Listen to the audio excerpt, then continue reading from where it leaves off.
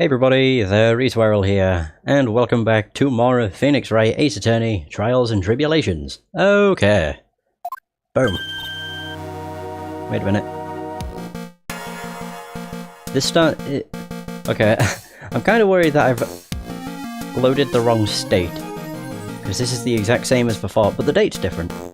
Hey Nick, what is it this time? You won't believe how many people are here for the trial. Well, it is a murder case. Okay, it is a different day. Whew. Yeah, God, why did they start it the same way? What are you talking about? They're here for the trial next door. Next door? Why don't you know this, Nick? They're having Detective Atme's trial today. Detective Atme? They say they're going to try him as Mask to Mask. Already? That was fast. Boy, I'd love to see Master Mask's trial. I know. By the way, where's Pearls? Oh, she went back home. She said she can't neglect her training anymore. I know you don't like me. Oh. It's Ron. Pearls has really gotten into her training lately, huh? Yeah, ever since that incident last year. There we go. Please, don't ignore me! Oh, Mr. Delight. Good morning. No one likes me. No one would notice me even if I killed someone. Come on, don't be silly. Wait a sec. You don't mean... you're the murderer? No. I'm just a poor thief. No, wait, that's not right. A thief can't really be poor? Oh, right, I see. Now, let's see. According to Mr. Delight, from his second crime on, he was following a bunch of set plans. Plans that someone had been sending to him to help him commit the heists. Do you think there's a connection between the thief and the murder, Nick? It's possible, but today's trial is a race against the clock. Huh? How come? Let's just take our time like always. I'm afraid that's not an option.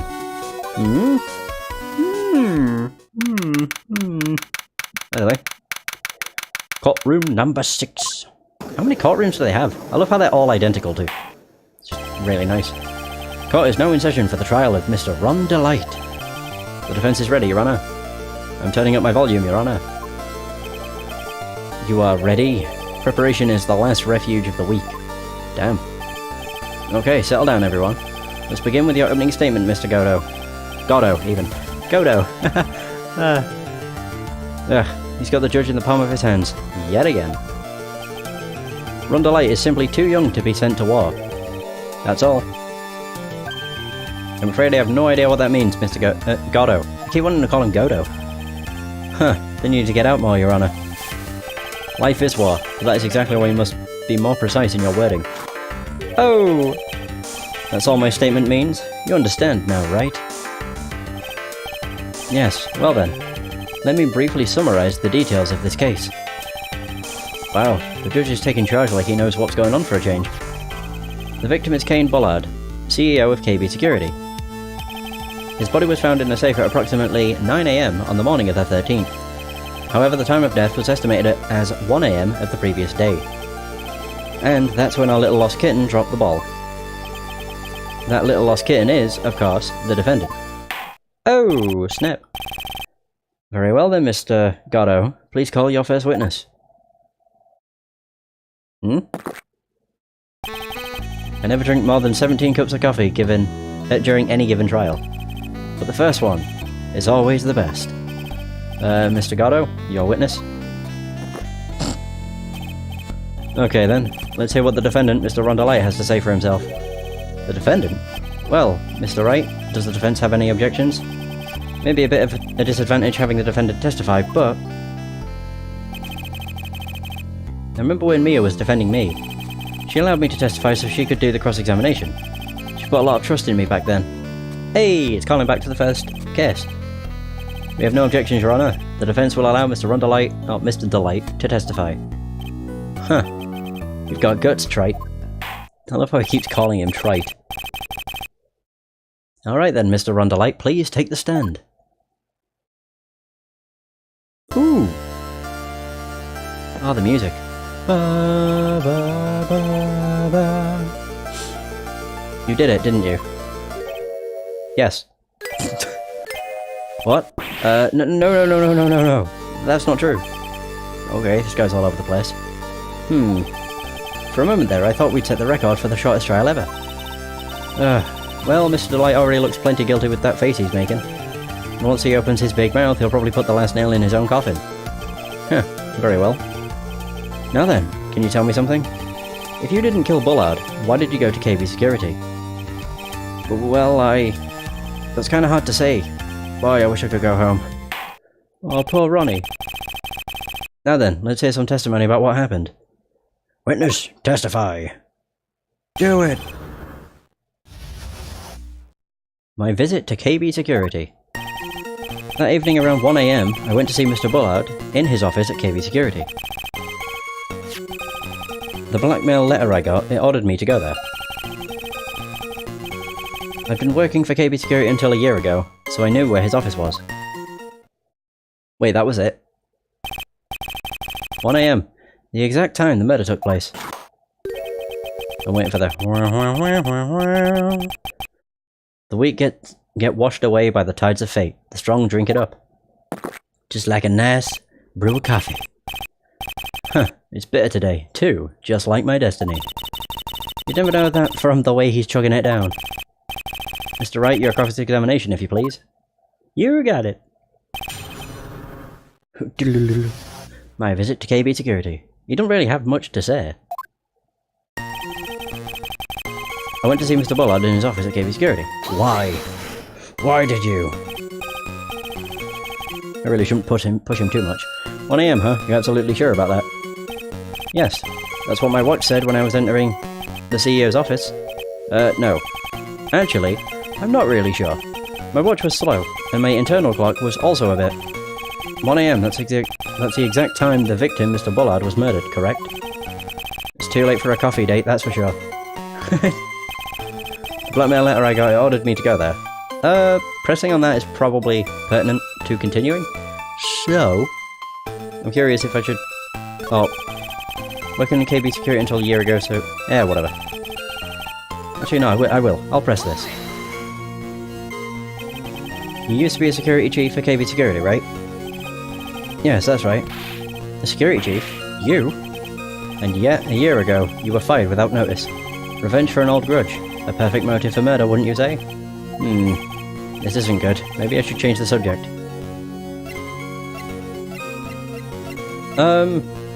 Should we just ask why he was fired? I don't really think it'd matter. Yeah, why? Why was you fired? Mr. Delight, please tell us why you were fired from your job. Well, the world is filled with those who have said, I wish I had never asked that. Okay, then I take it back. Defendant, please answer the question. Well, I needed money. You needed money. Oh, he stole. Well, you see, Desi loved to spend it. It's kind of her hobby. Not exactly the best hobby in the world, huh, Nick? My salary wasn't nearly enough, so I stole data from the company. Oh. Come again. KB Security has a lot of security info on all sorts of companies. And since I was a security team chief, you've stole some data and sold it. Oh. Mr. Bullard found out, and I was fired immediately. What? I wish I'd never asked that. I was somehow able to keep it secret and made it seem like I had quit on my own. What is it, Nick? You don't look so good. Someone who brings harm to their company is fired as punishment. You do well to remember that. He sure told you. So you admit that you stole data from your company, is that correct? Yes, I'm sorry. It's a very important fact. Please add it to your testimony. Oh. Oh man, this whole thing just took a big turn for the worse. Crashed and blew up. It's gonna take the jaws of life to rip this case from the clutches of disaster. Jeez. He fired me for selling company secrets, but Desi doesn't know about that. I'm working, blah... Yeah, okay. It ordered you there. It was the first time I'd gotten a blackmail letter that ordered me to go somewhere. Does that mean you've gotten other blackmail letters then? Oh, of course. They'd say things like, steal this or take that. Why don't you save those for later, Mr. Delight? Please don't say any more. Now, what should I do? Prayers harder. So what did the blackmail letter in question say? It said to bring $50,000. Money, eh? A perfect motive for committing murder. Oh, but wait. I never intended to pay that money anyway. Oh? Is that right? After all, he had nothing to hold over my head. I had nothing to be afraid of. An important point indeed. Witness, let's have that added to your testimony. They said have that data. Yes, sir. Huh. A muddy mud skipper in outer space has a better chance of surviving than I do. Random thing to say. Also, I think I should probably disable low latency mode on OBS. I'm not entirely sure how to say your username. But thank you for the follow. I appreciate it. The blackmail thread didn't scare me. It wasn't going to cause me trouble or anything. Okay. So we learnt about him selling company secrets. Fired me for selling company secrets. Thanks. It's been really nice so far. It's a pretty cool site too. Fired me for selling company secrets, but Desi doesn't know about that. And thanks for the donations. An ice cream and a lemon. So we've got why he was fired. Oh wait, no, profiles. Where's Desi? Actually, wait. Blackmail thread didn't scare me, it wasn't going to cause me trouble or anything. I think it would. So he is scared, he's just pretending that he isn't. I object.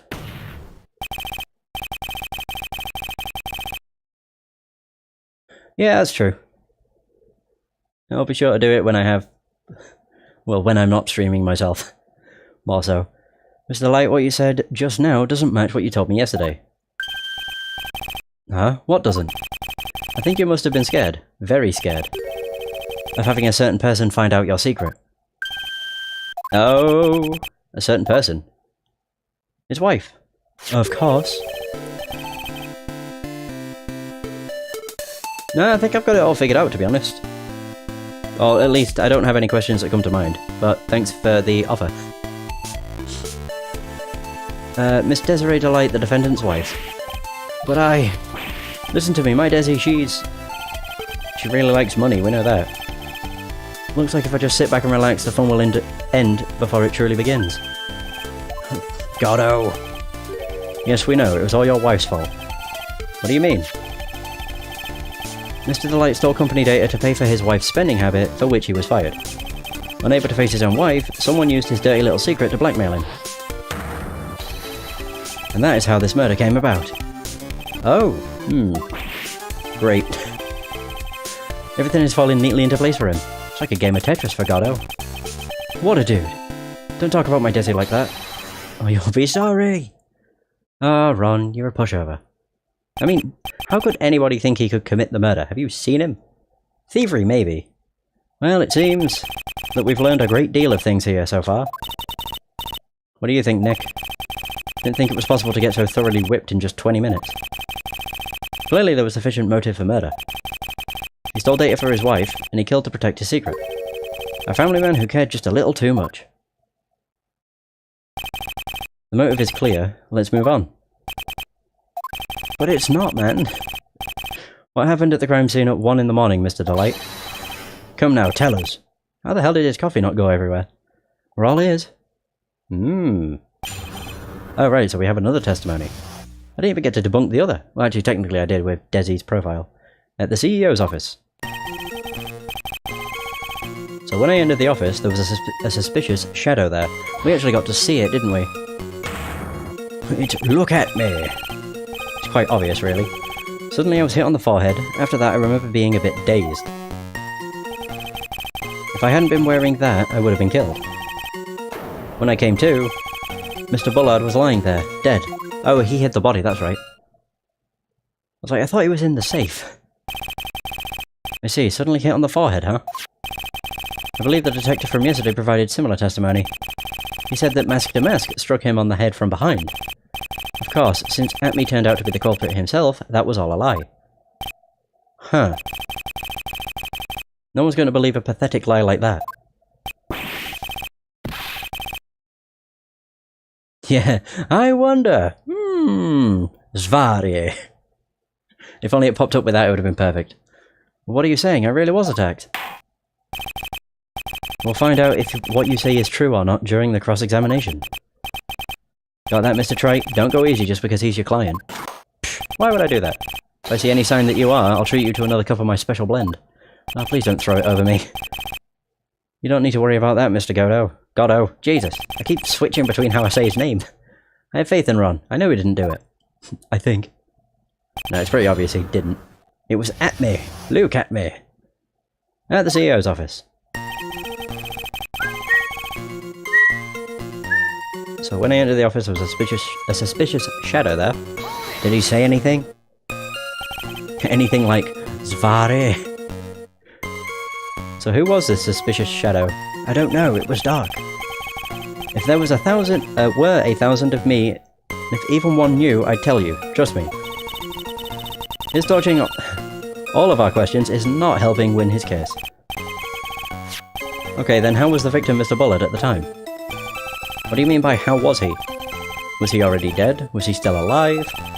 Maybe he was the one who hit you in the first place. That's a good question. What do you think, Mr. Wright? Forget it. Suddenly I was hit on the forehead. After that, I remember being a bit dazed. Okay. I mean, it's such a cool animation though. He just puts his hand down and it just slides across.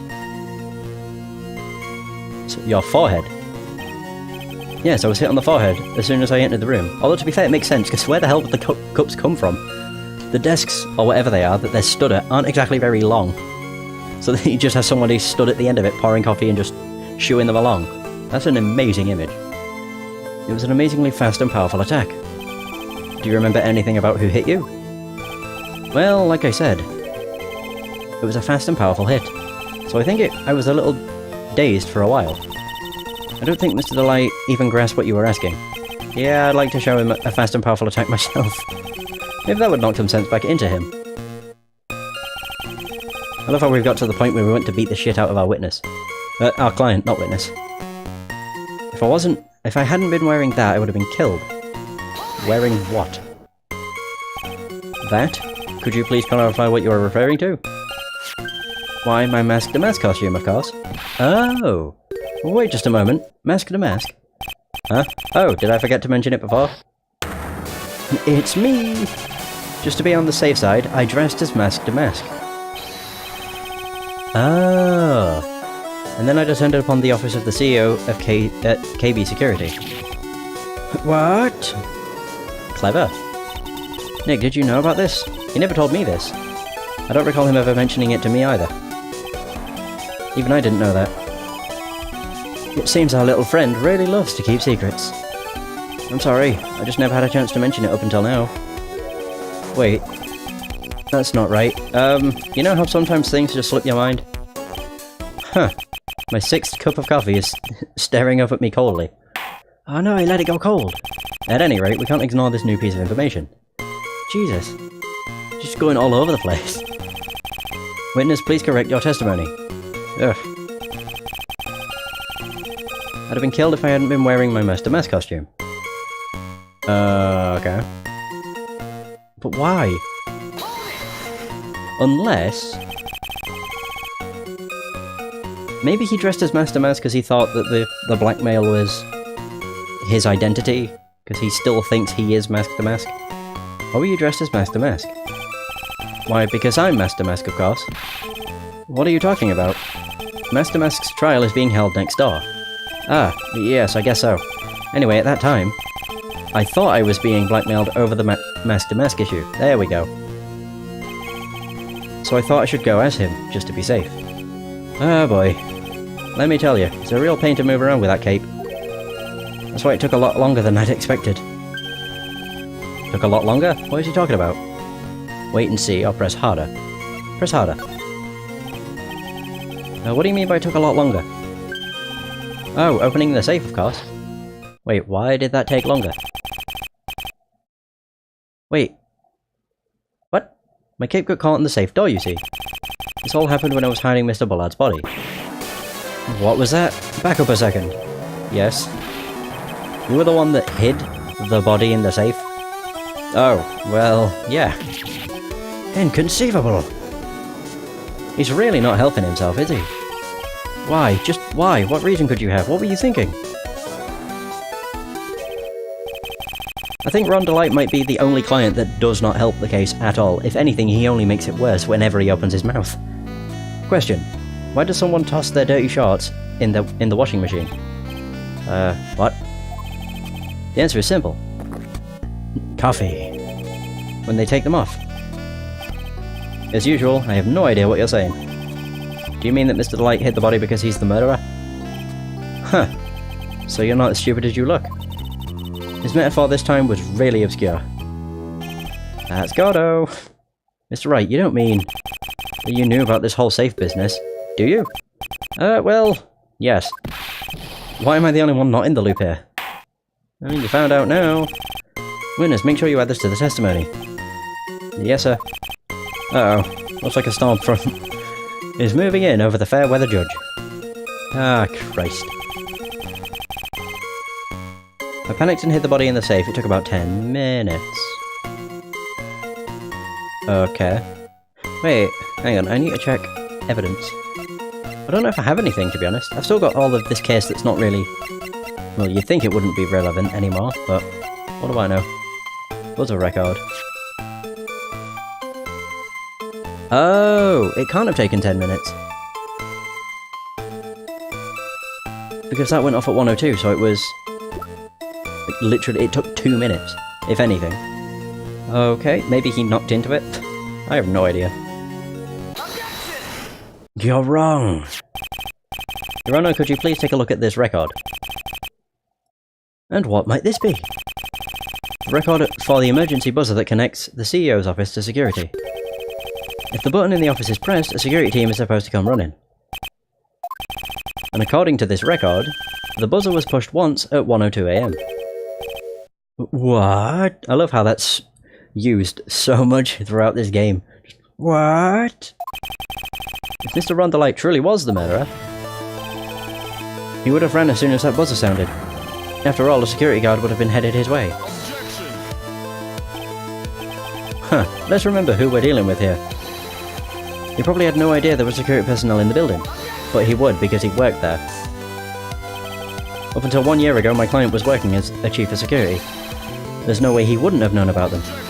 Oh my god, we're going back and forth, this is the best. But as it turns out, the guard never came. That was nothing more than a coincidence. The fact that the guard was a pathetic loser, my god, who had just gotten punched in the face by his ex's new boyfriend, and wasn't anywhere in the vicinity was not something Mr. DeLite could have known. So the reason... Oh right, I see what we were getting at now. It went off at 1:02, but if he was knocked out, he wouldn't have heard it. Again, remember who we're dealing with here. It's a sure bet that Mr. DeLite didn't even notice the buzzer going off. I mean, he probably didn't if he was unconscious. This buzzer is extremely loud. There is no way he could have ignored something like that. If he had been conscious, that is. There we go. Conscious? What do you mean by that? Oh! That coffee is quite literally like a healing herb for Gordo. Just takes one sip and he's back to full health. Fine, let's hear your theory. Remember the defendant's testimony?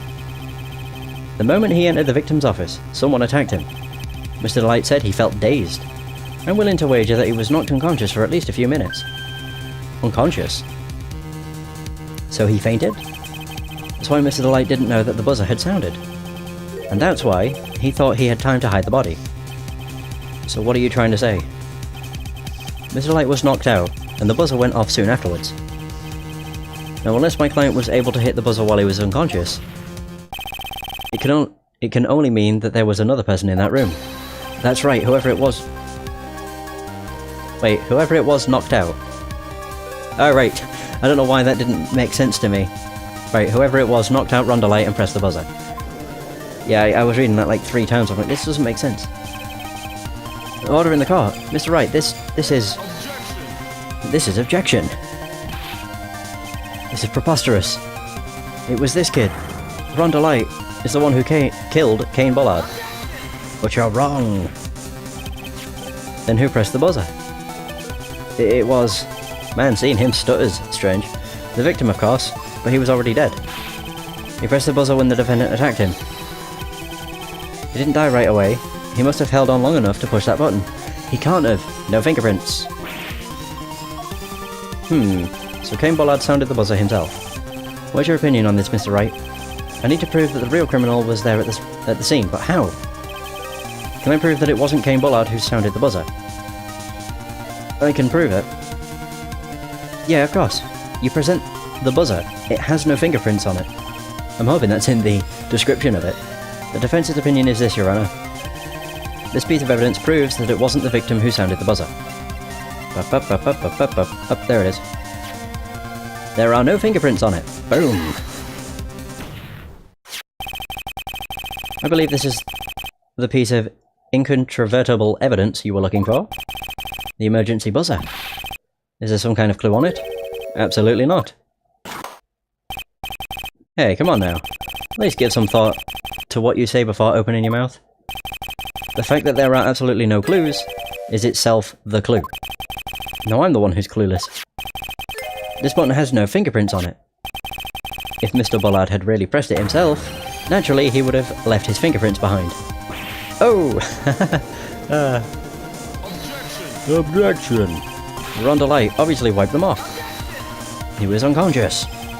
Why would he? A guard could have come in at any moment. He touched that button, I know he did. The defendant, Mr. Delight, was dressed as Master Mask. He would have been wearing gloves. And Master Mask always wears gloves. What reason could he possibly have had to wipe the button for your fingerprints? There's also another person that always wears gloves. Order, order, order. When I say it like that, it sounds really weird. It would seem I was wrong. I've been forced to eat crow. Wonder what blend number crow flavoured coffee is. However, if the real killer was there at the scene, why would that person press the emergency buzzer? To frame him? Shouldn't they have run away without putting themselves in extra danger? I don't know yet. What's with this awkward silence all of a sudden? Huh. Looks like you're fresh out of parlour tricks. They're onto you, Nick. Just give me a minute to collect my thoughts. The real culprit killed Mr. Bullard at around 1 AM. And Mr. Delight just happened to waltz in when the murder was taking place, right? The killer clobbered Mr. Delight and then sounded the buzzer. Even though security was supposed to respond right away if the buzzer was pressed, security was supposed to respond.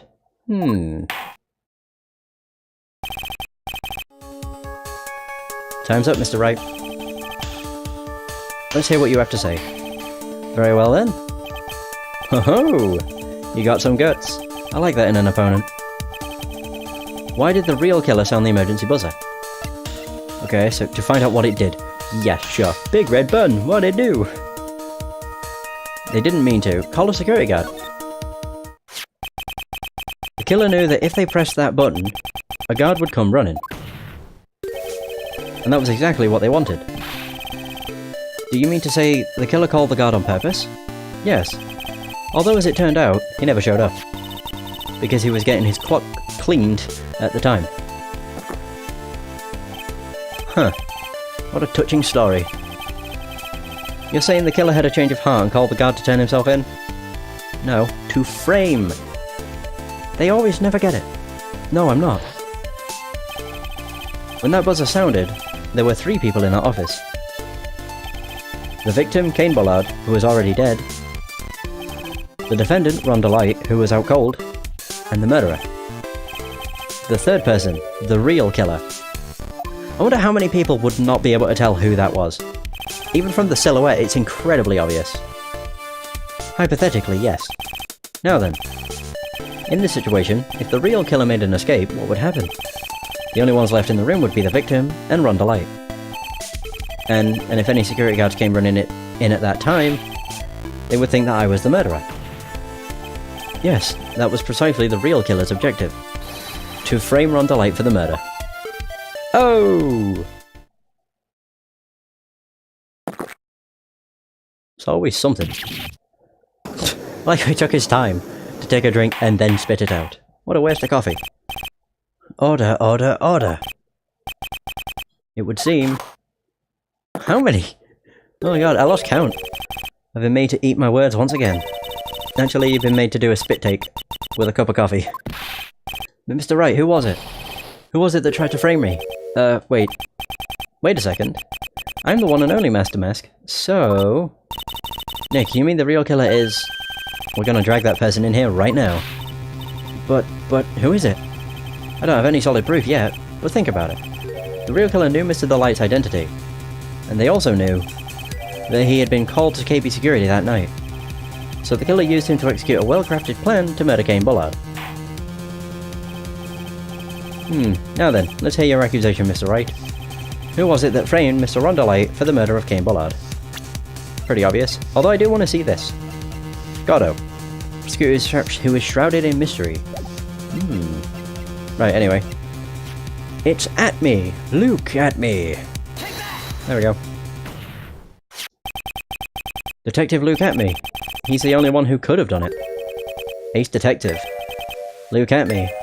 You mean Mask the Mask did it? Your Honor, the person being tried in the court next to us is not Mask the Mask at all. He is, in actuality, the true murderer of Kane Bullard. And technically, Ron Delight actually is Mask the Mask. He did the first heist as Mask the Mask. Order, order! Mr. Wright, explain yourself. Theft and murder. Which is the more serious crime? They're not even close. Murder is the more serious crime, of course. It's a capital crime subject to a capital punishment. Please remember the trial from yesterday, if you would. When he broke down. When Luke Atme confessed, there was a huge commotion in the courtroom.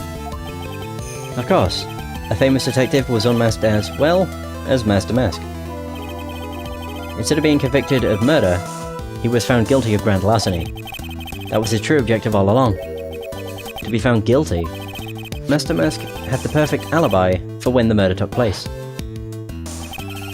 He was stealing the urn at Lordly Taylor. In other words, being found guilty as Mask the Mask was Luke Atme's airtight, watertight and unassailable alibi. A guilty verdict. As an alibi? Wait, what's happening now? Oh. You know, it's almost time. For what? For Luke Atme's verdict. It was a pretty simple trial after all. If we're gonna stop this trial and stall that one, we need to do it now. Of course. That's assuming you have proof that the detective was the one who committed the murder. Oh dear. Mr. Luke Atme's trial has indeed attracted the attention of the entire country. If we were to intrude and failed to provide adequate proof of his true crime, Mr. Delight would be left with no grounds for appeal. Am I really sure about this? Huh. A bet's only good when your life's at the ante. Mr. Wright, I believe in you. Mr. Delight. So, please. I'm begging you. We don't have proof though, do we? Thanks, but my decision will determine the rest of your life. Can I really risk your life like this? Oh god. Phoenix. It's Mia! What was that? Don't stray, Phoenix. For your client, take the path of trust. That voice. It sounded like... Mia. Your Honor, the defense requests an immediate recess. Whoa, okay. So that's your answer, huh? Very well. I've decided as well. This court will now take a 20-minute recess. Mr. Wright, when we return, please summon Mr. Luke Atme to the stand. Yes, Your Honor. Hey! We didn't need to provide proof. I are shocked. Kinda surprised. More than anything. Oh, it's Payne. Wait, what? Well, Sir Detective Atme? Is he gonna break out again? I have to say, Mr. Payne, you performed splendidly. Oh no, Sir Detective Atme. You were the one who... Oh my god, to be a judge in this world, do you have to look like that? every judge looks the same. He's just, like, younger. That's enough. This court sees no reason to further prolong this trial. This court finds the defendant, Luke at me. Uh-oh. Hold it! Oh, wait. I was taking the piss. Well, okay. So, wait. Don't hand down your verdict yet, please. Well, well, Sir Lawyer. Welcome to my courtroom. Who's this hoser, eh? My name is Phoenix Wright, attorney at law. And I wish to file an accusation against this man. Luke at me. Accusation? You accuse Master Mask? That man is not Mask the Mask. He's just a ruthless murderer. What? Ooh! Look at that sweat dripping off his nose. Damn. To be continued. Okay, not bad. Of course I want to save, are you kidding? Sheesh. I think that's Justice for All's song. It's like I could be wrong though. Either way. Boom. My sis? I could have sworn I heard Mia's voice. So then she's still alive? Inside your heart. Nicky boy! Oh, Mr. Light. Is it true that Detective is the real killer? To be honest, we don't have any definitive proof. But he's the only one who could have done it. But wasn't he at Lordley Taylor that night? Not to mention, we don't exactly know his motive.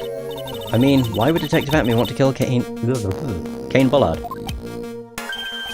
Oops, it's almost time. Better get back to the courtroom. Need to find some solid proof. It's gotta happen sooner rather than later. This isn't good. Oh dear. Either way. We're back! Now then, this court is back in session. Mr. Luke Atme, please take the stand. Well, well, how do you do, Sir Lawyer? I never would have thought to see you acting so recklessly. I couldn't let them hand down your verdict just yet. Not when it would have given you your perfect alibi. An alibi by the name of Master Mask. I'm sorry. I'm afraid even the great Luke Atme has no idea what you mean. Of course, I have been in the next courtroom ever since 10 o'clock this morning. I'm afraid there's no way I could know what's been going on in here. You've been in the defendant's seat all day long, correct? Being tried as Mask to Mask. Indeed. It's truly child's play to fool the ignorant masses.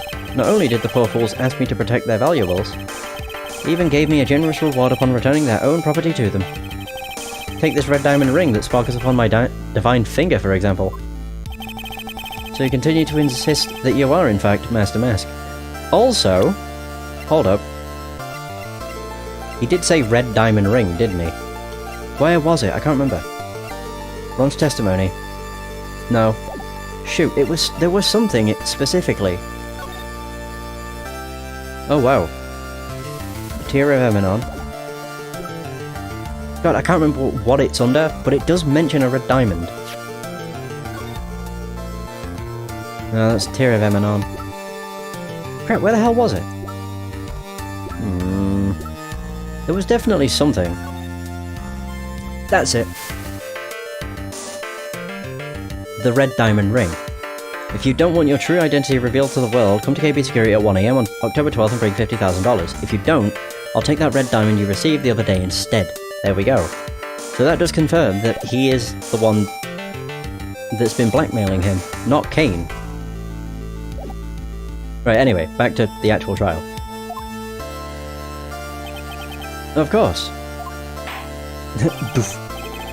Very well then, Luke Atme. Let's begin with this simple question.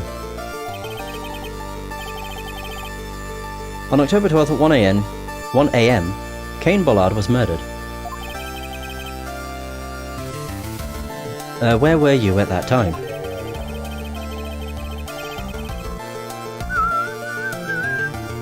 One without knowledge lacks even the knowledge that he should be ashamed of himself. But don't worry, I will not hold it against you, Sir Judge. Thanks.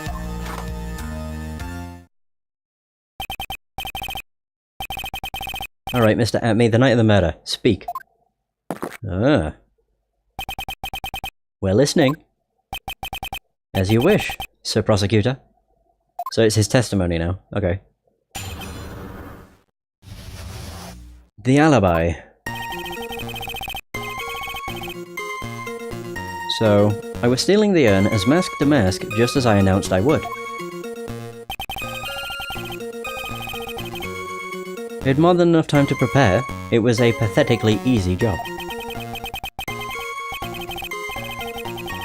A photograph contains no words, but in this case, one turned out to be my witness. The time at which the camera captured mask to mask was the same time as the murder. Oh, would you look at that? I wonder. I was about to say, was it actually taken at that time? But it does have a timestamp in the top left, so I suppose it does. It seems the main point of discussion will be this photo of the crime scene. Everything else up until now was all part of his plan. There has to be a secret to this picture as well. Even the great Master Mask cannot be in two places at once. Now then, if you'll excuse me. I have a verdict to receive. Oh no, you don't. Unfortunately, Mr. Ratme, we still have to do your cross-examination. A fool is too foolish to know that he is a fool. I think he's trying to say that you're full of it, Nick. The only thing that's full of it is his alibi. Now, my first thought when I saw the picture was like, what if he, like, manipulated the data on it so that it showed a different time? But I don't think that would be something that he'd do. The alibi. I was still in the Inner's Master Match to say, announce I would, whatever. So this photograph is the proof, correct? Indeed it is. And the man in the photo is certainly wearing a mask. That is why I am called Mask to Mask, although you definitely could not be him. But conveniently, that also means that there is no way we can, or to tell, who this really is. What do you mean? Are you saying that this is not in fact Luke Atme? That it could be an accomplice dressed up as Master Mask to create an alibi? Indeed. I mean, he would not fit in the costume. Have you seen his nose? He would have to have a specially made mask, which would give away his identity because it would have a huge nose. What an interesting idea. Are you saying that I, Lone Wolf Luke, had an accomplice? No. It was purely just pressing for dialogue. If Luke Atme was a KB security during the murder, then the Master Mask in this picture has to be a fake. I mean, to be fair, Nick's covered like 10 cases? Is it 10? Yeah, case 1, 2, 3, 4, 5. There was only 4 in Justice for All, wasn't there? So he's covered 9 cases. And this is his 10th case. Huh. And there really was an accomplice. But right now I have no idea who it was. I don't have any idea right now either. Baseless objections are just what that guy wants. There's got to be another way, and I'm gonna find it. But yeah, seeing him actually have confidence is pretty cool. Also, seeing him in the first case was, like, really weird. Like, that he was actually a defendant. At one point. More than enough time to prepare, it was a pathetically easy job. I believe Adrian Andrews hired you at one point. That's right. That was over 20 days ago, if I'm not mistaken. You sent the calling card to Lordly Taylor 10 days before the heist. That would mean you sent out the card after you began your security watch, right? What if he took it on a different day? The picture. I just thought. He could have taken it on a completely different day at that time. Because if he's the one doing the blackmail letters, he would have already had the... what is it? Crap. I'm trying to put it into words. But if he was the one doing the blackmail letters, he would have already known the time that he'd need to make an alibi for himself. And if he did it on a different day, it doesn't state the date.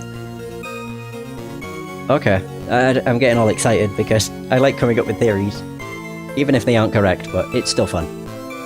Okay, indeed, there was no reason why I couldn't do both jobs at once. It's a perfect opportunity to steal my latest target. I see. You truly are evil, aren't you? Yes, evil is what I am. Hey Nick, isn't there something odd about this? Detective Atme was always proud of his ace detective skills, right?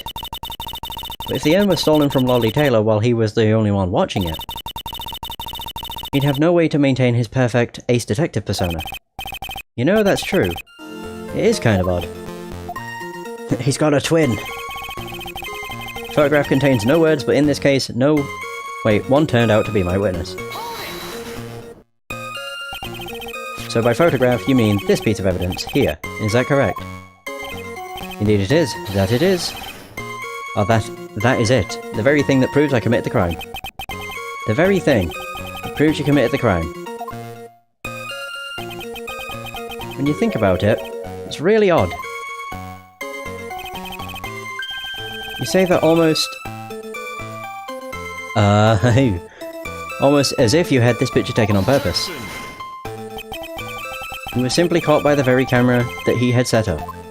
Yeah, but he would have known! If he set up a camera, you'd think he'd dodge around it. We all have days like that. Indeed. Turned out that there was no such thing as the perfect crime after all. Life is truly an ironic thing, a sad blue melody. Looks like I'd better gather more information for now. If he's truly the killer, there's got to be something phony in that photo. I'm still holding out, you know, the date. The time at which the camera captured Master Mask was the same time as the murder. By pure chance.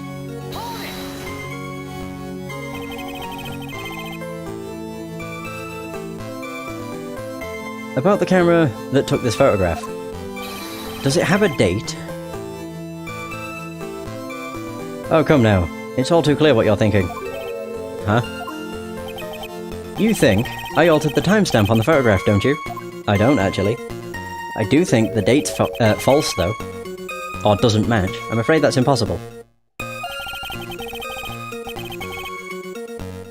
The camera was set up by Lordly Taylor, and on top of that, it was Lordly Taylor's staff that printed that picture's data.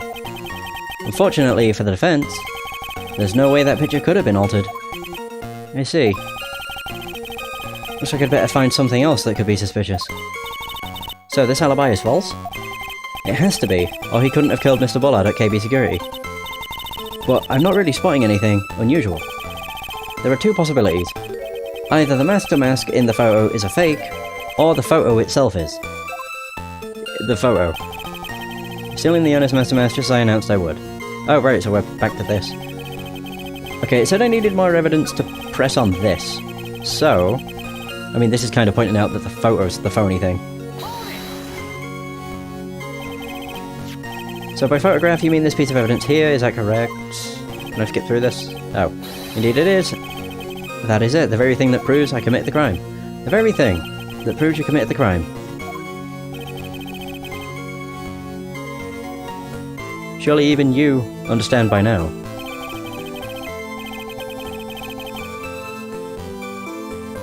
Lordly Taylor provided that camera, there's no way I could have tampered with it. That means I could not have killed Cain Bullard, unless I had an accomplice.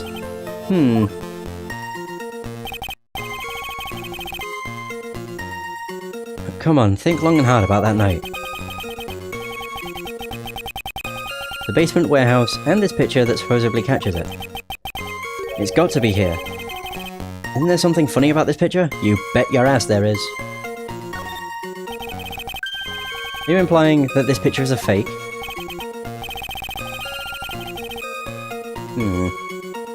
You bet I am. There's definitely something strange about this picture.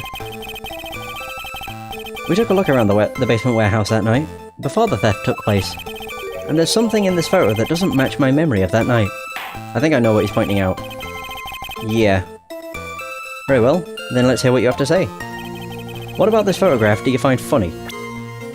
I would probably have to say the fact that there's no army statue, and the army statue had moved over to the top corner. Like the day after the crime was committed. I mean, I think it's just the paint. It's like, we didn't see any paint because it was being covered by a statue. The funny part is right here. Why this is a blood stain. Ah, blood. Now this case is getting interesting. Not exactly. The stain is actually pink paint. Oh, just paint. And peach coloured at that. From blood to peaches. The judge sure loves going on his wild tangents. The judge is an awesome character. He's great. The problem with this photograph is not the paint. The problem is that when you consider the layout of the basement warehouse, it turns out that something that should be there is nowhere to be seen. Oh, he's catching it. Ooh. Well, Mr. Wright? What is supposed to be in this picture instead of the paint stains? This. The supervisor of the treasure exhibit stated the following. Well, there's a good reason for that. On the day of the crime, around noon, that golden statue just happened to arrive from the mountain training hall. I realised that the statue would be the perfect size for covering up the paint stains. That's why I put it where you first saw it. There we go. I myself was there the night the theft took place, and saw the statue in that spot. If this picture was truly taken on that night, then that statue should have been there. Oh my god, am I on the money? I mean, I don't want to know if I am on the money, but if I am, that's awesome. That's like gotta be one of the best feelings. But when I went there the day after the theft, that statue of the old bag was sitting in the corner. Perhaps it was somehow pushed there accidentally. Your Honor, this statue is slightly larger than yourself and quite heavy. It would take more than an accidental push to move it that distance. Huh. In that case, can you prove it? Can you give us the rhyme and reason as to why that statue was moved that night? Can you do it, Nick? Never mind who moved it. The real question is, why did they move it? Well, Mr. Wright, I hope you're prepared for your answer. Now then, who was the one that moved the golden statue on the night of the crime? Oh, it would have been... Atme. He would have moved the statue so it matched with the photo. Yeah. The one who moved the statue is none other than Luke Atme. Come now, Sir Lawyer. There you go again on one of your strange delusions. Mr. Wright, what basis do you have for your strange delusions? It's very simple. The witness was the only one in the basement warehouse that night. That is indeed very simple. However, why would I want to move a heavy golden statue? The reason for moving the statue is where our battle really begins. Well, Mr. Wright, what reason did the witness have to move that statue? The reason could be found here in this photograph. Look at me, you pretended to be Master Mask to create an alibi by showing you were at Lordley Taylor that night. But this photograph contains a single fatal flaw.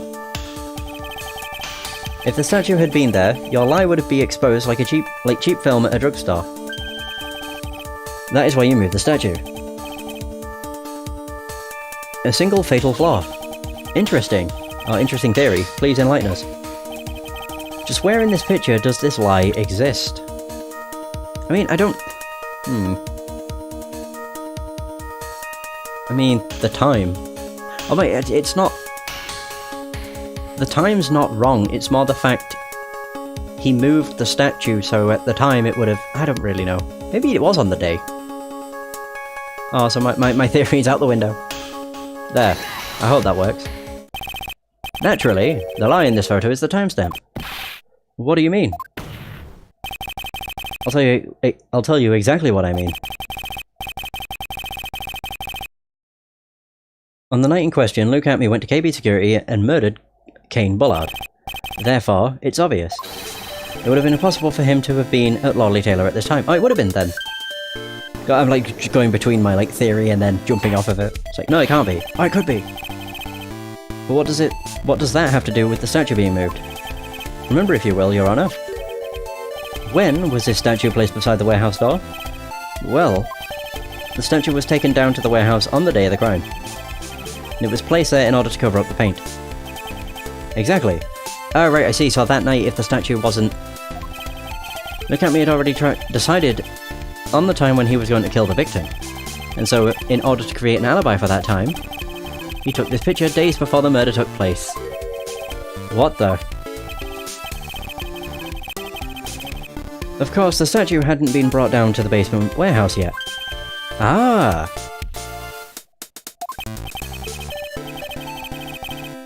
So, on the day of the crime, Mr. Atme must have been quite nervous. As nervous as a long-tailed cat in a rocking chair factory, so to speak. Why? Because something that wasn't supposed to be there had been brought down and placed where it wasn't supposed to be. Oh! And that is why Luke Atme had to move the statue on the night of the murder. He did it to make the room match with the way it had been in this photo. Oh damn, we knocked off his monocle. Imagine if there was no paint stain. Then he'd have been screwed. Order, order, Mr. Atme, is this true? One moment, Your Honor. Have you forgotten this? What's that?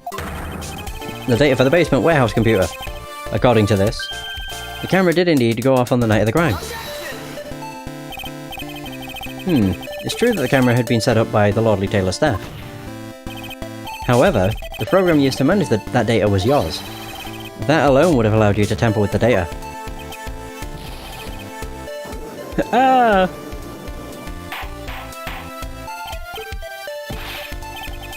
Order, order! Mr. Gatto, what is the meaning of this?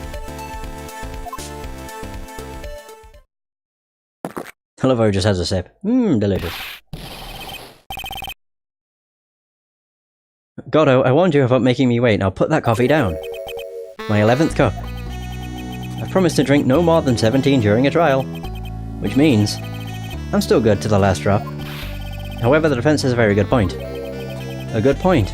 So what? We are all but travelers on a road of infinite points. I think you've got your points mixed up with your other points. So you say this photograph was taken ahead of time? And that the statue was moved in order to make it match? That's a very interesting idea. However, there's one point that can't be denied. Which is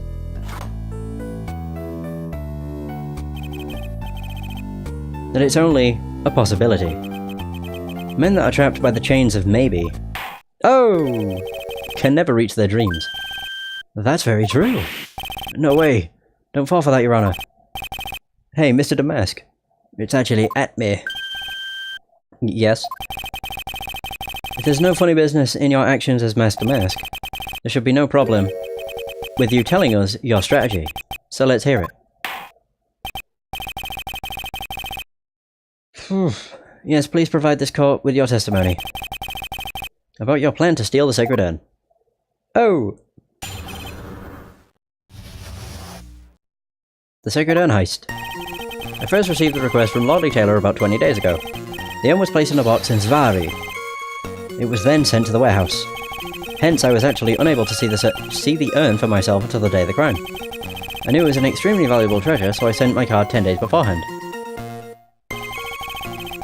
I then handled security by myself to ensure that my crime would go smoothly. At last I held the urn in my hands for the first time at 1 AM on October 12th. I call bullshit. That's pretty much all stuff we've heard before, isn't it? Yeah. We'll find the truth hidden in the nuggets of new information he gave. Witness, you're sure there are no mistakes this time? Zvari. He's back to his old self.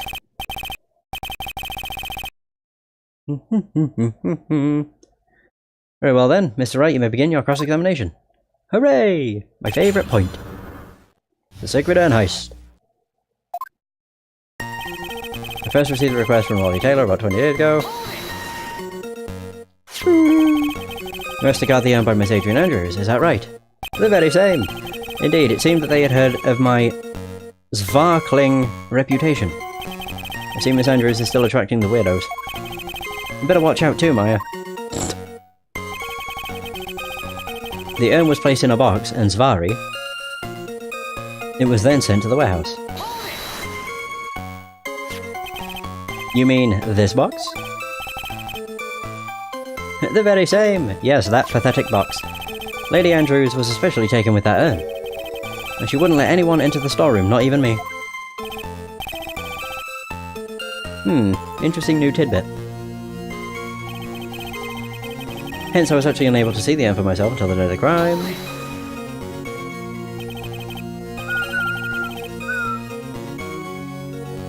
So you're sure that you had never seen the urn before? Indeed, you may ask Lady Andrews to confirm for yourself. My security was focused entirely on the entrance of that warehouse. However, I, Luke Atme, let no information whatsoever slip through my fingers. Okay. An extremely valuable treasure. Are you sure?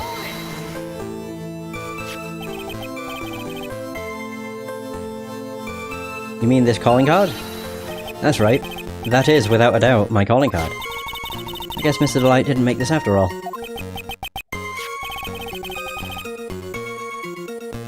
Of course, because Atme knew about the emblem. Making this card authentic would have been child's play to him. Then handled security, blah blah blah. Then no one entered the basement warehouse.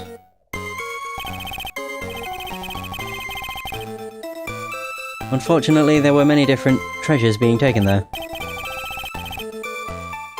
Thus, for a period of approximately 5 days, people were indeed going in and out of the warehouse. Or warehouses. And this is where he's on about the urn. Boom. For the first time on October, blah. This is the photo that proves that, huh? Indeed, to be honest, even if a photo was taken, I didn't think it would matter terribly much. Hey Nick, if this photo is a fake, Detective Atme might have stolen the urn whenever this was taken. That's true.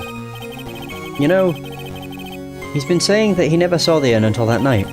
If we can prove that he's lying there, we can wrap this up and put a bow on it. Need to take a good hard look at the court record. Not a lot to go on, is there?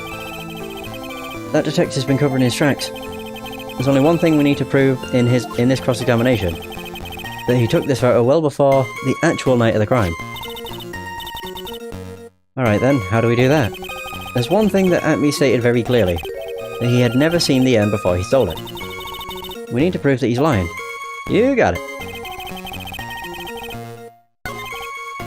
Placed in a box, sent to a warehouse. Unable to actually see it until the day of the crime. So what could prove it? Yeah, my attorney's badge could prove something. No, I'm taking the piss. What about the calling card? To the security at Lordly Taylor. I will be coming to purloin the most priceless work... of the priceless work of art on display in your Treasures of Khura'in exhibit. Take good care of the speckled urn, won't you? Yours truly, Mask to Mask. Although to be fair, if he'd only seen it in the Treasures of Khura'in poster, it would have looked terrible. Yeah. I'm not entirely sure. That's my only thing to go on. And it seems I got it right. Mr. Atme, if you really are Master Mask, and you also wrote this calling card, correct? But of course. Wait, I see. If he'd never seen it, then why would he write about its, like, speckles? Is there a problem with that calling card? Allow me to read a passage from the calling card that Master Mask had written. Take good care of the speckled urn. Now, the speckled here. Surely refers to this pink pattern on the sacred urn. Yeah, there we go. Yes, it is true. But so what? Truth be told, there's no way that Master Mask could have known about this pattern. What do you mean? This pink spotted pattern on the urn is actually nothing more than paint stains. Paint stains? And these stains did not appear until after the urn had been taken to Lordly Taylor. Oh! I'm not finding this joke to be very funny, Mr. Trite. The day that the sacred urn was taken to the warehouse, the urn was broken due to human error, or should I say, an error-prone human. And that's when the pink paint got on the urn. You can't be serious. And yet this calling card clearly mentions the paint pattern. Which means, Detective Atme had seen this urn long before the crime ever took place. In fact, he saw it when this fake photo was taken. Phew. And because this photo is a fake, your alibi for the night of the murder no longer holds water. Yeah! Kick his ass. Do do do do. Witness, do you have anything to say for yourself? Alright, that did it. He's broken. Nick, I think it's still a little early for a victory pose.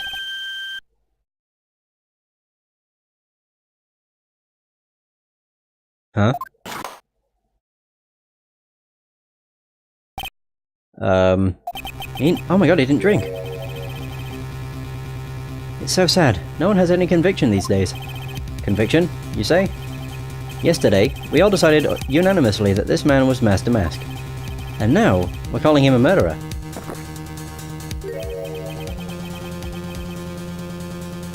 You don't think we're being a tad fickle? That's a good point. No way, don't fall for that too, Your Honor. You say that Luke Atme was the one who killed Cain Bullard. Now let me ask you this. Why would he do that? Oh, motive. Ah, bugger. An excellent point. Motive, Mr. Wright. Motive! Might you, my merry murderous motive, manifest? What? Nick, he's getting a second wind.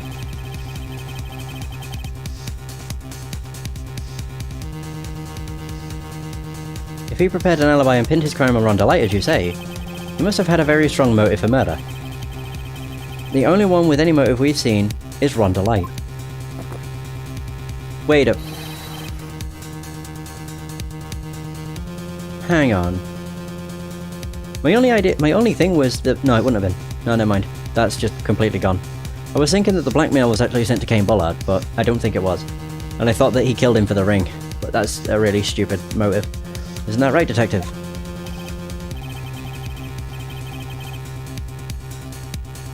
Indeed. According to my own research, the boy's motive is clear.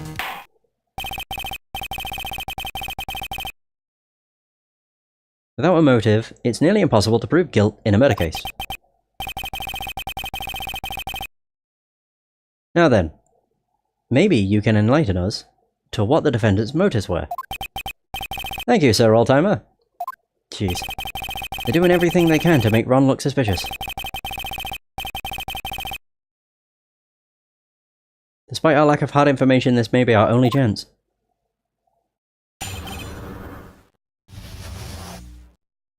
Motive for murder.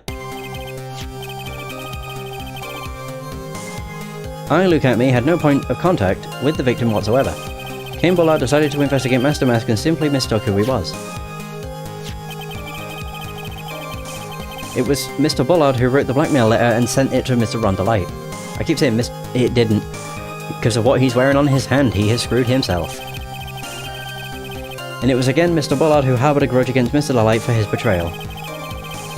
Mr. Bullard's mistake is quite excusable. The defendant truly believes he is Master Mask.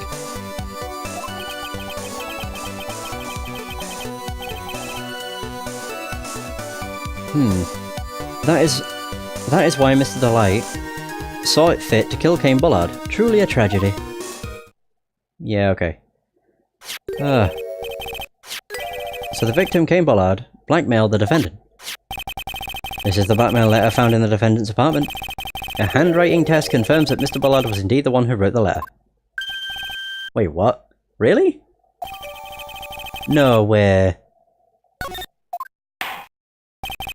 Very well, Mr. Wright, begin your cross-examination.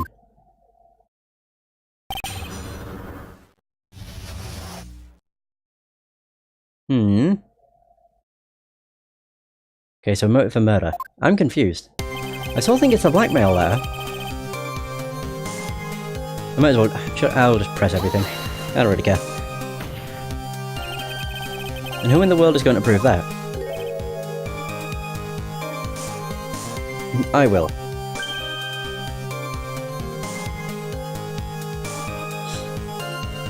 Oh my god. After doing a thorough background check of Detective Atme and Cain Bullard, we were unable to find any links between them. It's all in the report.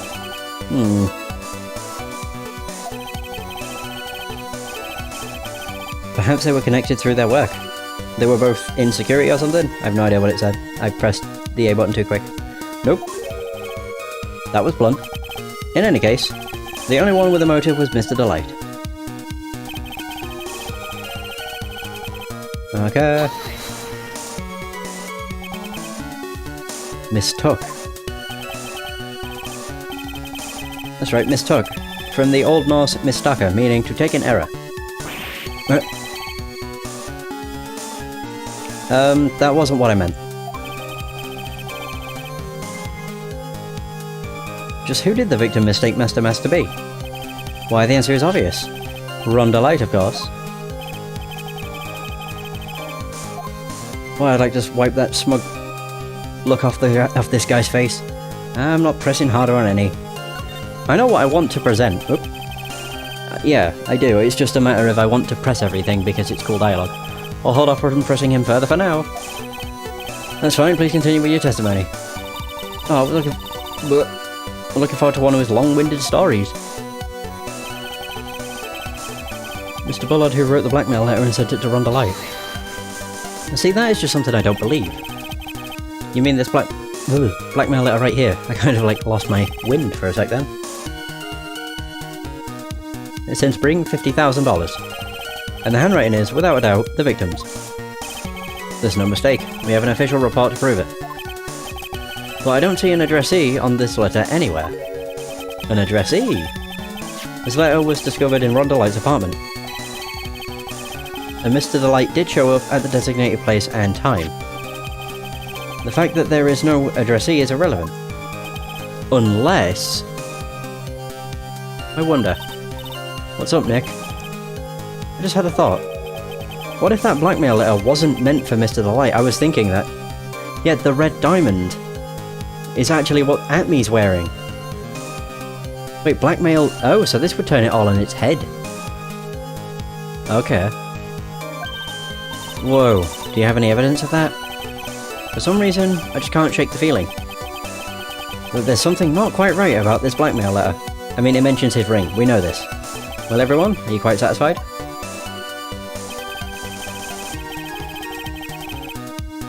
And it was again Mr. Bullard who harboured a grudge against Mr. Delight for his betrayal. Doo-doo-doo. What do you mean by that? Oh my, I was certain you were already aware.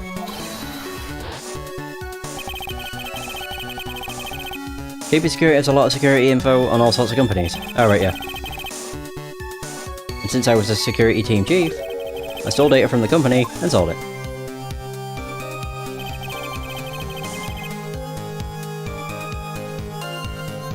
Cain Bullard had yet to forgive young Mr. Delight.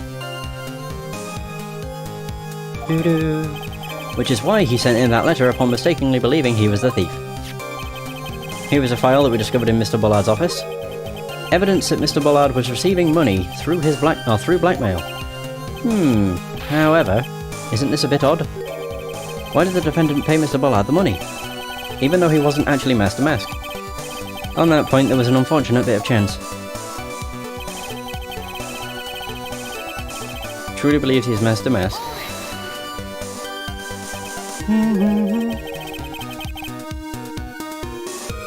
Do you really think that story is going to hold up? Svari. That assertion is not merely my own, I'm afraid. What do you mean? I have here a memo from Ron Delight's wife, Desiree Delight.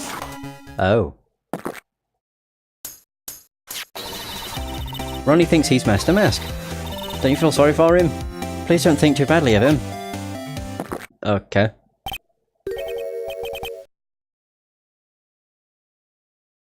Well, Mr. Trite? Was he trying to act like Mr. Light just now? Haha, I thought it was actually pretty convincing. Right, truly a tragedy. Now that's just your imagination talking.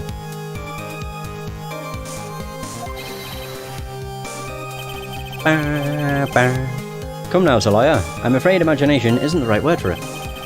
This is a deduction, the result of carefully applied reasoning. Can we hear that careful reasoning for ourselves? It's a long story, and better save for another time. Very well, another time.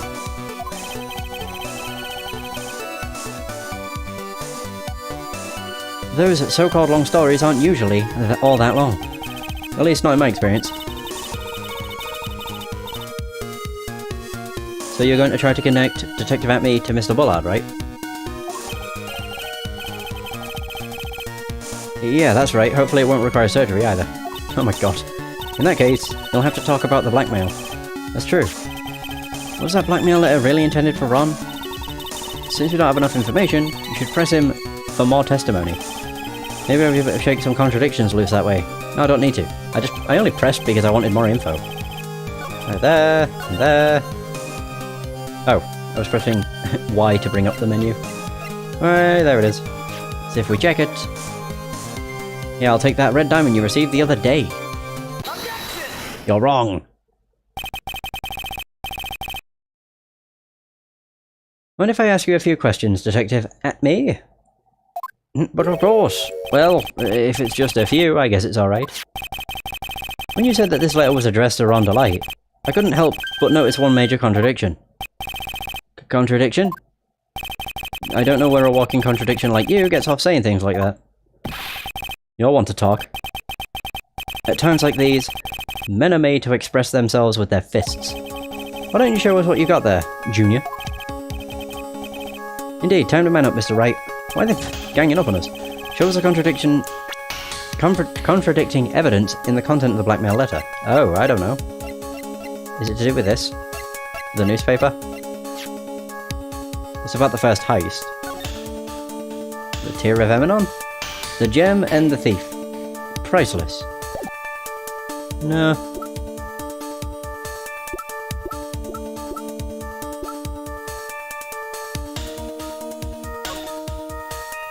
Wait, so when was this? October 12th. When was the heist? The heist was like weeks ago, wasn't it? Or months? That's my only thing to go on. Wait a minute. No, I think he has it on his right hand, so I wouldn't be able to see it anyway. Bugger. That's my only idea. No idea. Take a good look at this newspaper clipping.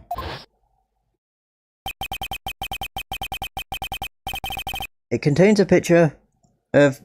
oh, the Tear of Eminon, the stolen jewel. What about it? The problem is this jewel's colour. Colour? I'm not much for discussing colour myself. They're spelling colour wrong too. Penises! That didn't really bug me. According to the clipping, the colour of the stolen jewel was blue. However, in the blackmail letter, a totally different jewel is mentioned.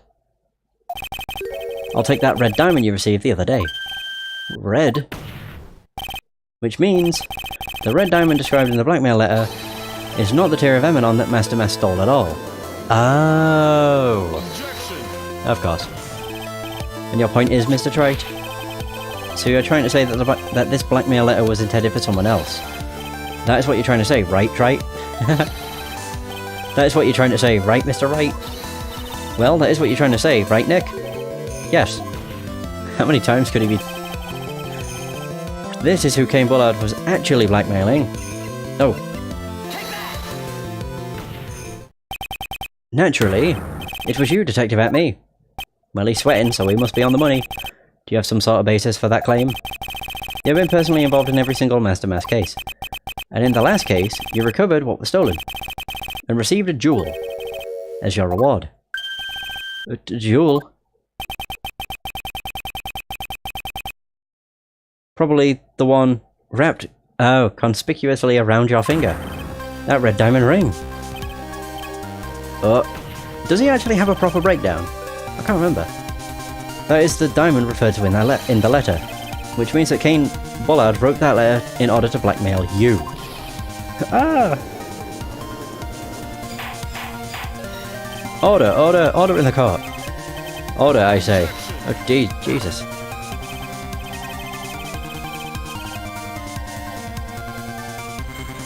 It seems you've gone too far with your childish pranks, Mr. Trite. Uh-oh. I don't like the way he said that. Cain Bullard blackmailing Luke Atme? Are you for real? Yes, I am. Nick, come on, stand up to him. Then answer me this. The blackmail letter contains the following passage. If you don't want your identity revealed to the world... Yes, it certainly does. Cain Bullard threatened to make Luke Atmey's identity public knowledge. An identity he wanted to keep a secret. So just what was that identity?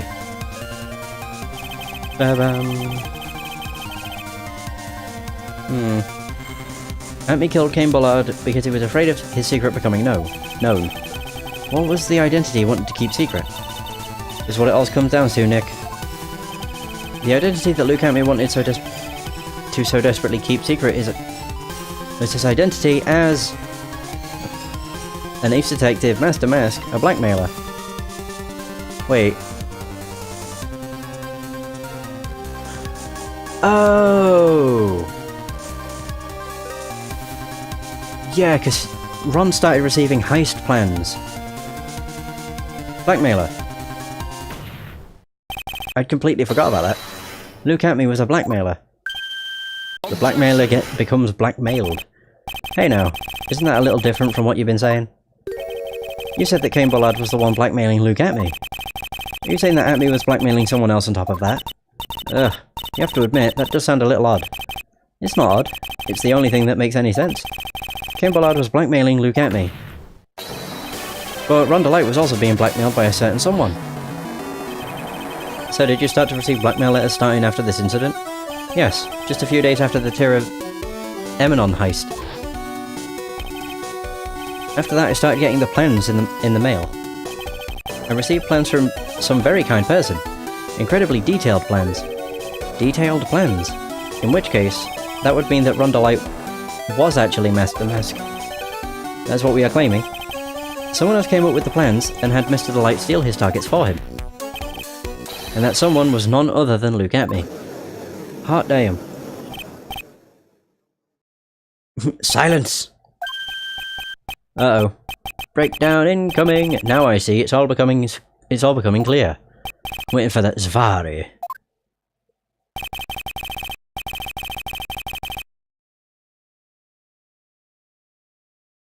When you were in grade school, you received the same report card every year. Careless, with the tendency to jump to conclusions. Am I wrong? How did you...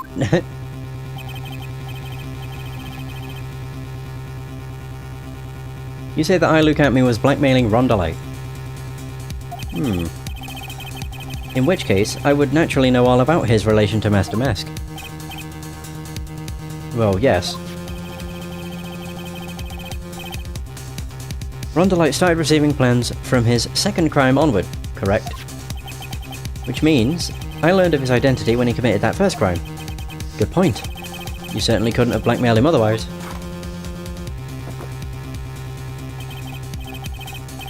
In that case, let's see some hot, bitter evidence. During the first crime, how did Luke Atmey know that Rhonda Light was Mask to Mask? Oh, right, yeah. The newspaper, because he was actually the security guard.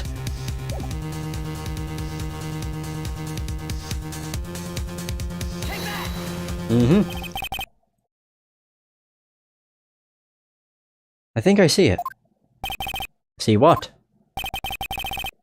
When you were in grade school, you received the same report card every year. Gets into lots of mischief trying to be the centre of attention. What do you mean? This newspaper clipping. It has a picture of you and Rhonda Light in his guard uniform. It seems that Master Mask didn't just disappear into thin air. He just took off his outfit and hid it in a bucket. That sounds far too stupid to be true. Correct. With tricks like that, he couldn't fool a baby, let alone an ace detective. And that's when you figured it out, Mr. Atmey. That's when you learned that under his mask, Mask to Mask was really Rhonda Light. Oh damn, what the? Wasn't he supposed to be Master Mask? Not only that, it looks like he wasn't even an ace detective. I can't believe it, he was just a slimy blackmailer. What a fraud, trying to pass himself off as an ace detective. Oh... Why you, how dare you expose me like that? Why I mean, I've never blackmailed anyone in my life. I'm a famous and proud ace detective, and also Master Mask.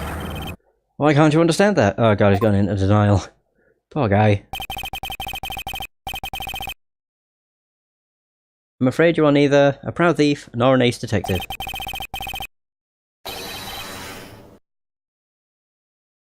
You're a blackmailer and a murderer. That is your true identity. How dare you even... could ever fall to such lowly depths? Your cells with those big mouths of yours, you're a fool. I say, none of you compared to my genius, really just jealous. Ace Detective cannot handle... What the bloody hell? So that is his breakdown. It's enough to make me laugh. He looks so happy, though. Sheesh. It would seem we finally got to the real answer. That was quite a performance by Mr. Atme. Indeed it was. Bailiff, please prepare yourself for Mr. Atme. Oh my god, are you serious? Ah. My goodness, Goddo. Your pen. Oops. The hammer that strikes too fast has no time to aim.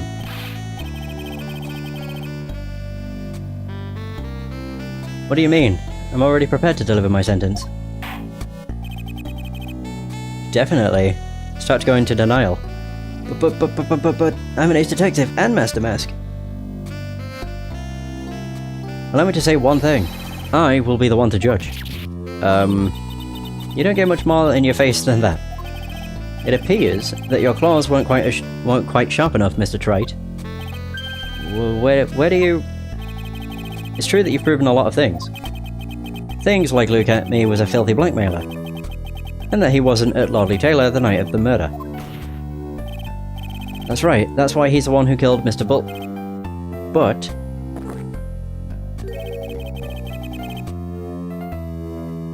there's still one thing you have yet to prove. What's that? Just because he wasn't at the warehouse doesn't mean he was at the murder scene.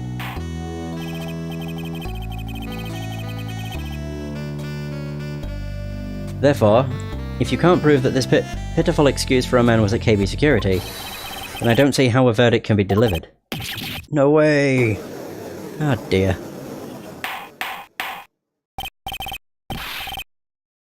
Order! Order in the court! Well, Mr. Wright, this is it. This is the final round.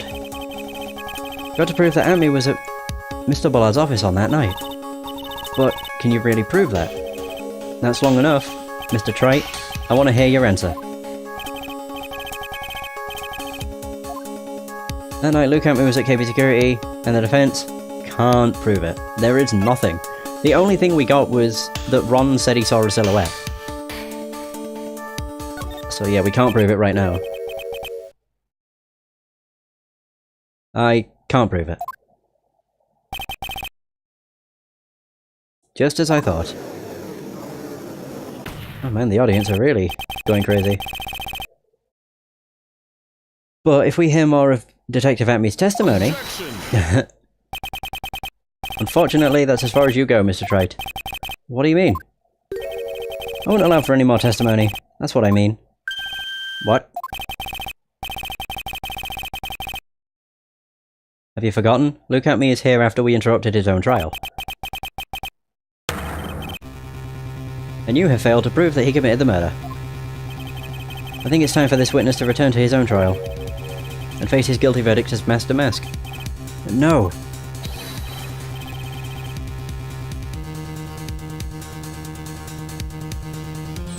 Well now, Sir Lawyer. It seems that love wins out in the end after all. I am the Ace Detective as well as Master Mask. My verdict will verify that. Just as Ron Delights will verify that he is the true murderer. I declare that with the full force of my Ace Detectiveness.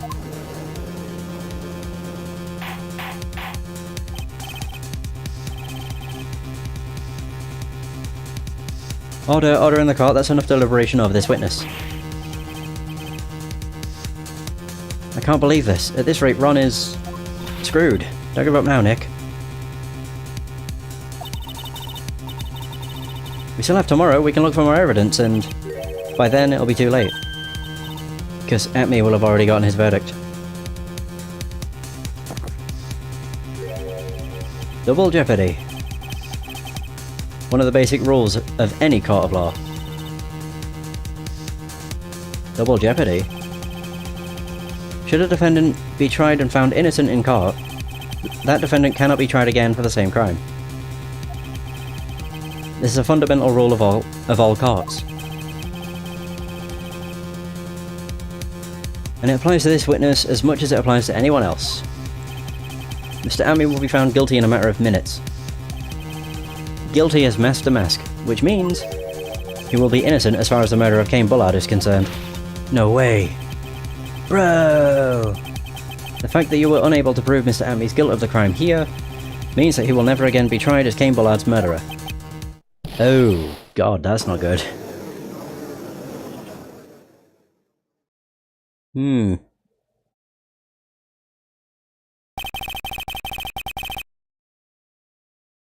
Now there's nothing I can possibly do to win.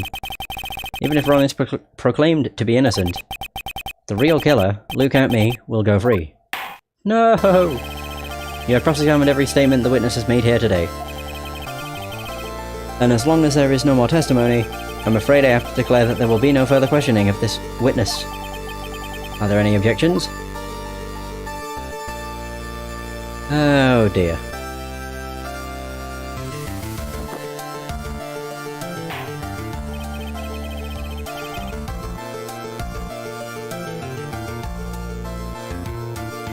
Okay, so then I hereby end the cross-examination of Luke at me. Ooh. What? Wait, that was Mia. I think I see it. Your Honor, when you were a child... Wait. That sounds really bad. Your Honor, when you were in a child... I really hope the judge hasn't ever been inside a child. This is what was on your report card every year. Was that meant to say, like, when you were in school as a child? So they missed school and as. Instead of in school as a child, it's in a child.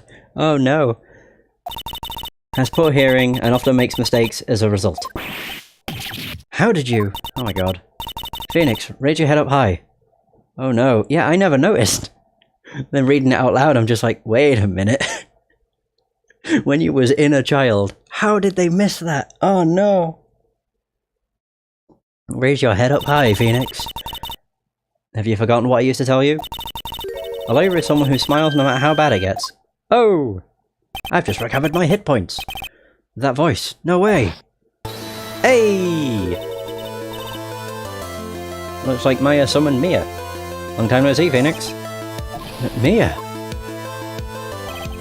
This is the true power of the Karine channeling technique.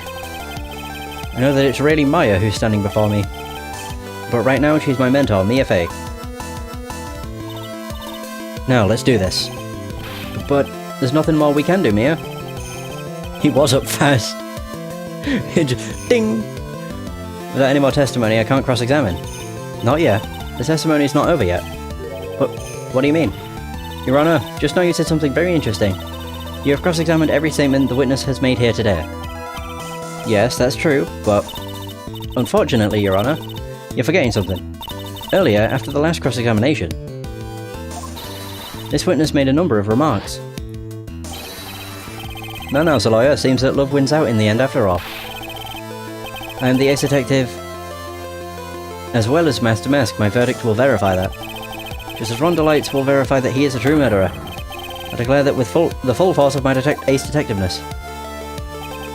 Yes, but these comments appear to have no importance whatsoever. Very well, then we shall prove their importance via cross-examination. At any rate, as long as the witness has made these remarks, we, the defence, assert our right to question them. Is that alright with you, prosecutor? Is something the matter, Mr. Gatto? Nothing. Oh, Sir Lawyer, it looks like you're one step too late. Do you think such falsehoods will do anything to me, Luca? Let's hear it. He's like, huh? You're meant to be on my side. It's true that the witness made some remarks. So then, let's hear this last bit of cross-examination. Mr. Gatto, what are you... Very well then, look at me. I'll allow the defence to cross-examine your earlier remarks. The defence would like to hear why you declare the defendant to be the true murderer. So please, give us one last bit of testimony. Phoenix, this is it. This is our absolute last chance. Yes, Chief.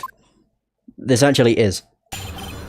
Because if you press the wrong statement, it's an instant guilty verdict.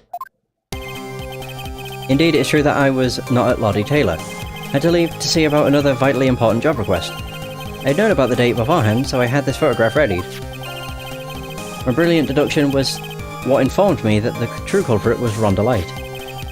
And thanks to the keycard and wallet, it was abundantly clear that he was there. I was also able to make a deduction from the buzzer, which only sounded once.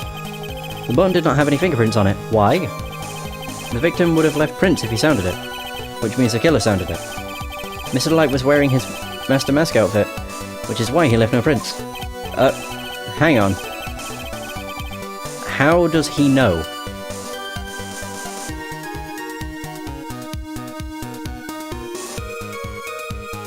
Yeah, how would he know that he was wearing the outfit unless he saw him? And the blackmail letter? The victim likely just mistook the colour of the jewel. Zvari. Therefore, all the evidence points to that poor boy.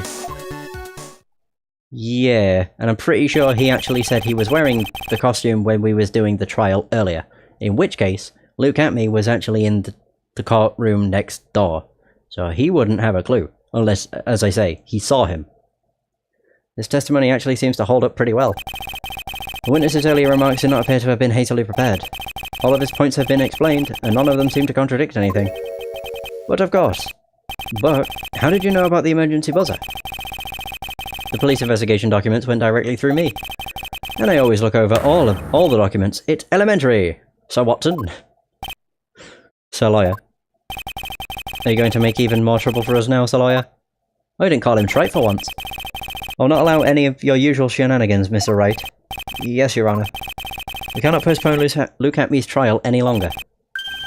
This is your last chance. Hang on a sec. Just one chance? It seems that the party's about to begin. Well, Phoenix, there isn't any evidence that contradicts with the testimony. So it would seem. Well, what do you mean, so it would seem? Listen, Phoenix, pointing out contradictions doesn't always mean you have to present evidence, does it?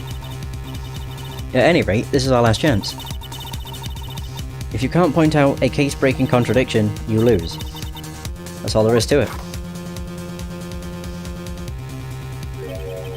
Cup number 17, the last cup. Seems like the time has come to put an end to this trial. I have to find a fatal contradiction in this testimony, and I need to point it out without presenting evidence, which means all I can do is find the contradictory remark and press it. Remember, you only get one chance. I mean, I have save states, so I technically have unlimited chances, but I know which one I should press. Very well then, Mr. Wright. Please begin your final cross-examination. You got it, Chief. Actually, we wouldn't need to present evidence anyway, because everybody in this courtroom heard Rhonda Light make those comments earlier. So there, I don't remember which one it was. It's when he mentions Ron was wearing his Master Mask outfit. So, ba ba ba ba ba.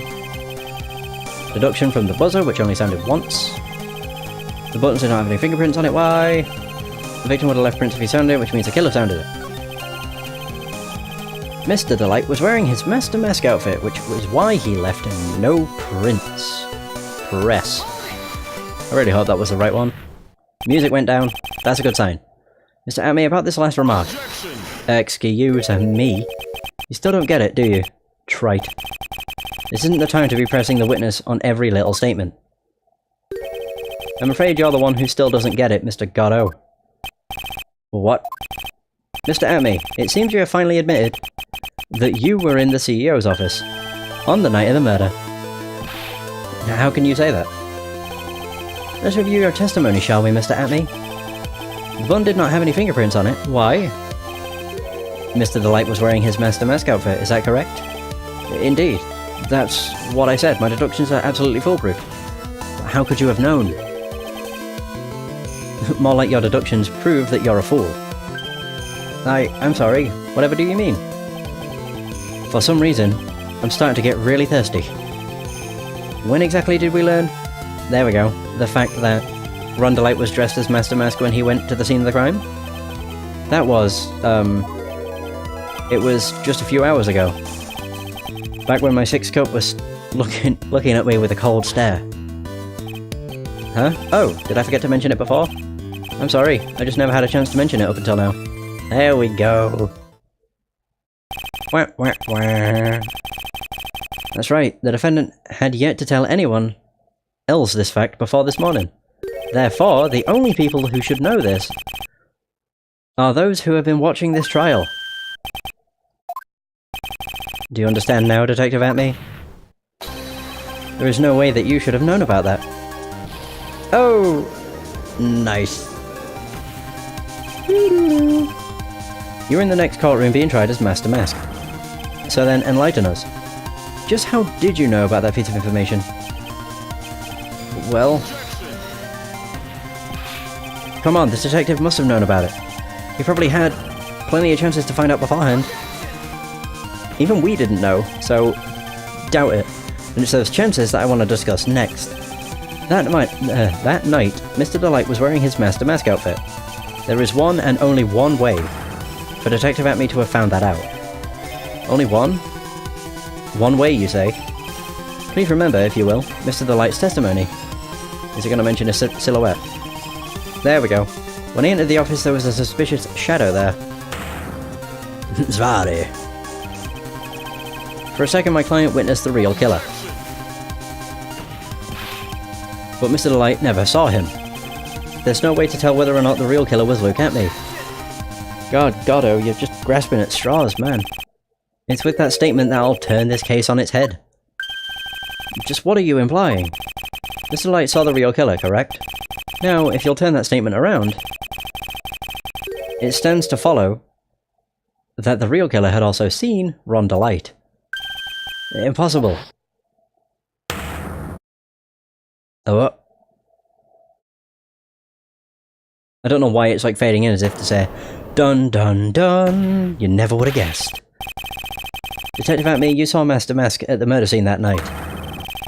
You saw him when you killed Kane Bullard and assaulted Ron Delight. That was the only way you could have known what Ron was wearing. What one was wearing? What the hell is this noise? Is it his breakdown or is it Goddo? Oh, it's him. What? He's building up for a big one. Oh dear. What? No way! Just... How could anybody mistake his pointy hair? And also, you can see the monocle, so take a good look, everyone. Unable to find a rival worthy of my genius, I was forced to create one by myself. Here I am, the tragic clown. That's the same line you gave yesterday. But I think there's a little more meaning behind it this time. It's weird. He's having a breakdown, but he's laughing. Never thought that would happen. He's actually... He looks really happy in his breakdown, I'll be honest. What an awfully complicated incident.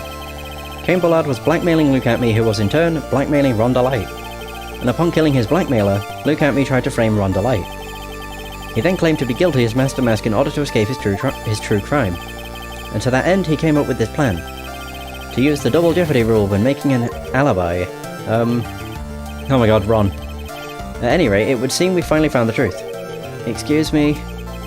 I came perilously close to besmirching the record of an innocent young man. He said this like 4 times now. Besmirching him with the title of murderer. Now he's gonna scream. Don't ignore me! Oh my god, I feel sorry for Ron. It's happened so many times. Oh, I didn't realise you were there. Why would he be? Or why wouldn't he be? About the verdict. I know.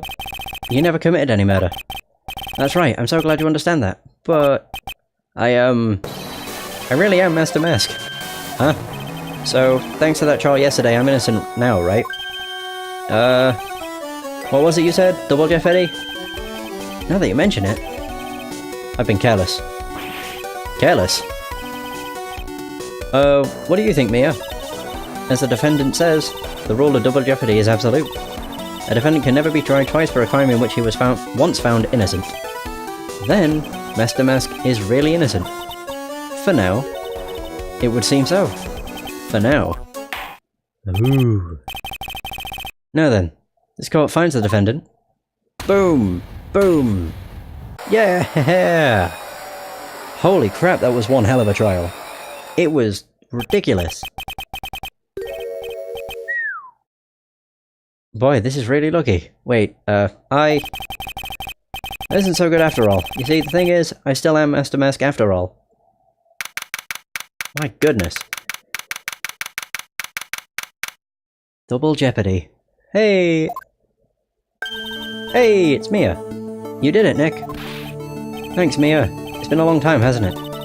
Yeah, it's because Maya doesn't call on me much these days. Oh? I'm just joking, Phoenix. Don't take everything so seriously. On the other hand, Maya, she seems kind of lost these days. You mean, about becoming the master of the Quran channeling school? Hey Christian, how's it going? Becoming the master means saying goodbye to our mother. You mean Misty Faye? Watch over her, will you, Phoenix? Of course. Well then, see you around. I am playing Trials and Tribulations. The only downside is, I've just finished the case, which means I'll be stopping the stream. So I'm sorry, but you came in at basically the last couple minutes. So I apologise. Well then, see you around. Mia. Mr. Wright? I don't know what to say. Congratulations, Mr. Delight. Thank you so much. No, wait. Nothing really matters anymore, though, now that all of this has happened. Come on, just be happy already. Maya, you've been cleared of the murder charges and got off as Master Master Boot. I mean, he is pretty damn lucky, but in exchange, I lost everything. What do you mean? Stealing security information from KB Security, becoming Master Mask. I did it all for one reason, for her. You mean your wife, Desiree. She hates criminals more than anything. Come to think of it, she was once held hostage by some robbers, wasn't she? She's always said how she hates sneaky criminals. I knew that, but once I got fired from KB Security and lost all the money I had, she wouldn't have any reason to stay with me. I thought she would leave me for sure. So that's why you became Master Mask. Yes, but it's all over now. A broken ball can never be put back together. That's not true, right, Nick? Right. Really? Can we go back to the way things were? You'll be fine, and Nick can prove it. I can? I kinda wish you would check with me first. Mr. Light, even if a bowl is broken, there is always a way to put it back together. Is this where we use the sacred urn? Yeah, because broken and repaired. So it was broken, but it's now repaired. Look at it. The sacred urn? Daisy was the one who found this. Desiree, your wife. She's always believed in you, Ron. And that's another reason. Not the fact that it was actually broken. That's why you'll be fine. You don't have anything to worry about. Oh, don't have to worry about anything. Oh, there you are. Mr. Light. You did it, Ronnie. You're innocent. I'm so happy. Hey, she smiled. Thank you, I appreciate it. But, I suppose you don't want anything more to do with me, do you? Ronnie, why didn't you talk to me about what was going on? I had no idea you quit KB Security. I never imagined that you were really Master Mask either. Mr. Light, what are you going to do now that you know? You're not going to really leave him, are you? Come on, it's obvious, isn't it? How could I ever let a wonderful man like him get away? After all, my bike's really fast. So fast that there's no way he could ever get away. Oh my god, she sounds crazy. But didn't you say that you hate criminals? Hmm? Oh! You only hate people who act all cowardly and sneaky. Like that detective. I see. My Ronnie went and declared his crimes before he committed them, like a man. I just love a man who's so chivalrous. Okay, it seems she's turned it on its head. Chivalrous? I knew I was right about you. Every day I spend with you is filled with thrills and excitement. Dizzy. Desiree, you really do love Ron, don't you? Nicky boy! Yes? I'm really glad I asked you to defend my Ronnie. Thank you so much. I'll never forget what you've done for us. Oh, well, take care of yourself. You too, Nicky boy. Lots of dots. I can feel my face going red. Oh, fuck, not again. Mr. Nick, Mystic Maya, congratulations! Is he gonna get slapped? Again? Talk about bad timing. I love that noise. With another man's wife in front of Mystic Maya. No, you've got it wrong, I'll never forgive you. Oh, never ever. Did she knock him out? I mean, it went black. So just as the case came to a close, so too did my consciousness. Wow, he got beat the shit out of by like an 8-year-old girl. Or is she like 10? I can't remember how old Pearls is. Ron said a broken ball can never be put back together. But I know that's not true. I mean, just look. Hey! Yeah, that does look a lot better. And look at how happy they are. Here's a perfect example of one that was put back together even better than before. And look at their faces, they're so happy. See, now that's the way you end a case. That was only episode 2. My god. The stolen turnabout. There's still 3 cases left, I think. Which means there's so much left of the game. I mean, it sounds like I'm complaining, but I'm not. I'm looking forward to it. Yay! Of course I want to save. Yes, please. And that is going to be the end of this session. Thank you so much for watching.